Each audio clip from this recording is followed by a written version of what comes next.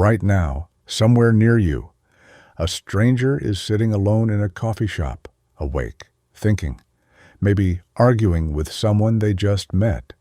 It is the most ordinary scene in the world. You have been that person. But the room you are sitting in was once so dangerous that kings tried to erase it. Religious authorities outlawed it, and one sultan made walking into it punishable by death.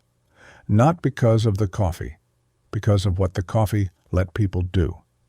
To understand that, you have to go back to a world with no such room. For almost all of human history, there was nowhere for ordinary strangers to simply gather.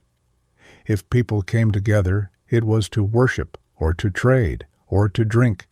The tavern got you drunk and stupid. The temple kept you silent. There was no place designed for people to sit, stay sharp, and just talk. That place did not exist yet. It had to be invented, and it was invented by accident, out of a plant. The plant was coffee, and it came from Yemen.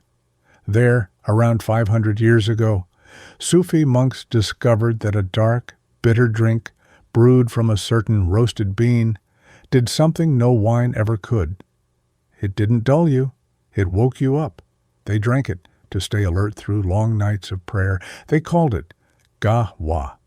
And then someone realized you could sell it, not in a mosque, in a room of its own. The result was something the world had genuinely never seen. A public room whose entire purpose was to keep you awake and let you talk. No alcohol, no worship, no business you were forced to do. Just a warm space, a sharp mind, and other people. They called these rooms coffee houses, and in Arabic, the schools of the wise. By the year 1511, the holy city of Mecca was full of them. And that is when the trouble started. Because think about what a coffee house actually is. It is a room full of people who are wide awake instead of drunk, who came by choice instead of duty, who sit as equals with no assigned seats and no one in charge, and who have nothing to do but drink and think and talk to each other. Put those things together, and you don't get a cafe, you get a machine for producing conversation, gossip, news, jokes about powerful people, and ideas. To the people in charge, that was terrifying. A drunk man is harmless. An awake man in a room full of other awake men talking freely about the world is the beginning of a problem. So they tried to shut it down. In that same year, 1511, the governor of Mecca banned coffee outright, put the beans on trial, and had them burned in the streets. It didn't hold.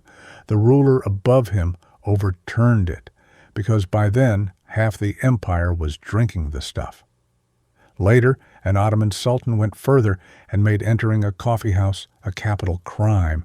He is said to have walked the streets in disguise and executed people he caught with coffee on their breath.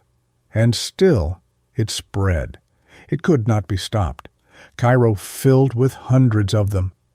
In 1554, 2 Syrian merchants opened one in Istanbul, and within a few years there were dozens, then hundreds. The coffee house had become the beating heart of the city, the one room where the whole world came to talk. And then it got on a boat and sailed to Europe. When coffee reached Europe, the same strange magic happened again. In 1652, in a narrow alley in London, a servant named Pasqua Rosée set up a stall and began selling little cups of the black drink for a penny each. Londoners had never tasted anything like it, and they had certainly never had a place like the one that grew up around it, because the English coffee house followed one radical rule. Your penny bought you in, and once you were in, rank did not matter. A lord and a dock worker could sit at the same table. You paid a penny for the coffee, and the conversation was free. People started calling them the penny universities because, for the price of a single cup, you could sit down next to anyone and learn whatever they knew. And what happened inside those rooms rewired the world. Men gathered in one coffee house to argue about science, and out of those arguments grew experiments and journals and modern research. They gathered in another to read the newspapers that were being invented to feed them, and the coffee house became the place news itself was born. In a coffee house owned by a man named Lloyd, sailors and merchants met to insure their ships, and that room slowly turned into one of the largest insurance markets on earth. In others, traders bought and sold shares until the tables hardened into a stock exchange. Political parties, revolutions, whole newspapers, the modern financial system, they were all brewed, first, in rooms that smelled of roasted coffee. The powerful noticed this time too. In 1675, the King of England, Charles II, tried to do what the sultans had done and ordered every coffee house in the country shut down. He called them nurseries of sedition, hotbeds of dangerous talk. He was not wrong, but he was too late.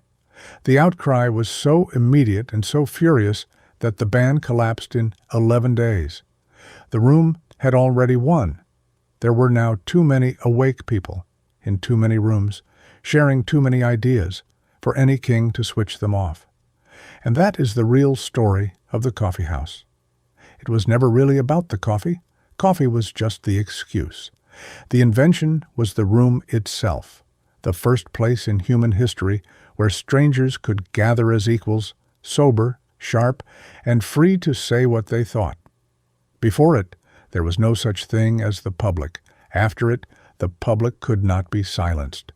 So the next time you sit in one, look around.